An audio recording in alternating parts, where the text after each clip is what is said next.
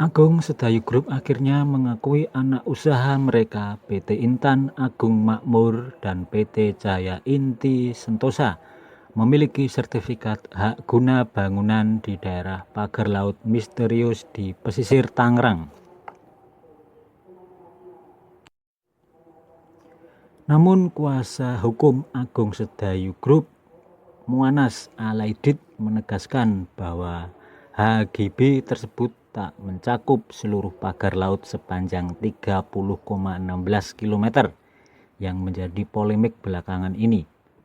Muanas menyebutkan pagar laut bersertifikat HGB yang dimiliki anak usaha kliennya hanya berada di Desa Kohot, Kecamatan Paguhaji, Tangerang.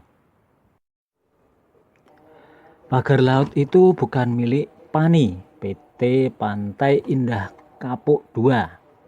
Dari 30 km pagar laut kepemilikan HGB, anak perusahaan PIK PANI dan PIK non-PANI hanya ada 2 di desa di Kecamatan Paguhaji, tepatnya Desa Kohot. Di tempat lain dipastikan tidak ada, jelas Muanas dalam keterangan kepada kami. Ia juga meluruskan opini yang berkembang bahwa seluruh pagar laut tersebut dimiliki oleh Agung Sedayu Group. Panjang pagar itu melewati 6 kecamatan, tetapi bukan berarti seluruhnya ada HGB. HGB anak perusahaan non-PANI yakni PT IAM dan PANI yakni PT CIS hanya ada di Desa Kohot, tegasnya. Muanas juga menyinggung sejarah keberadaan pagar laut di pesisir Tangerang itu. Menurutnya pagar-pagar tersebut sudah ada jauh sebelum pembangunan proyek PIK 2 dimulai. Pagar itu katanya bahkan sudah dibangun sebelum Presiden ke-7 Joko Widodo menjabat. Ia mengutip pernyataan ex-Bupati Tangerang Yaki Iskandar yang pada 2014 mengunjungi kawasan pantai utara Tangerang dengan menggunakan 3 perahu bersama awak media. Dalam kunjungan itu pagar-pagar laut sudah ada bahkan sebelum PIK 2 dibangun, bahkan sebelum Pak Jokowi menjabat sebagai presiden, tambahnya. Menanggapi rencana Menteri Agraria dan Tata Ruang atau Kepala Badan Pertanahan Nasional Nusron Wahid untuk membatalkan HGB pagar laut tersebut, Muanas mengatakan pihaknya masih menunggu kejelasan. Kami masih mengecek apa alasan pencabutan itu.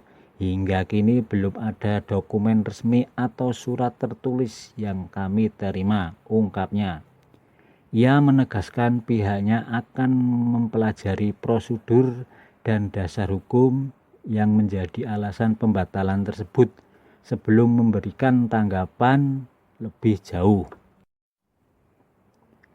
Apalagi HGB ini sudah melalui proses dan prosedur yang benar.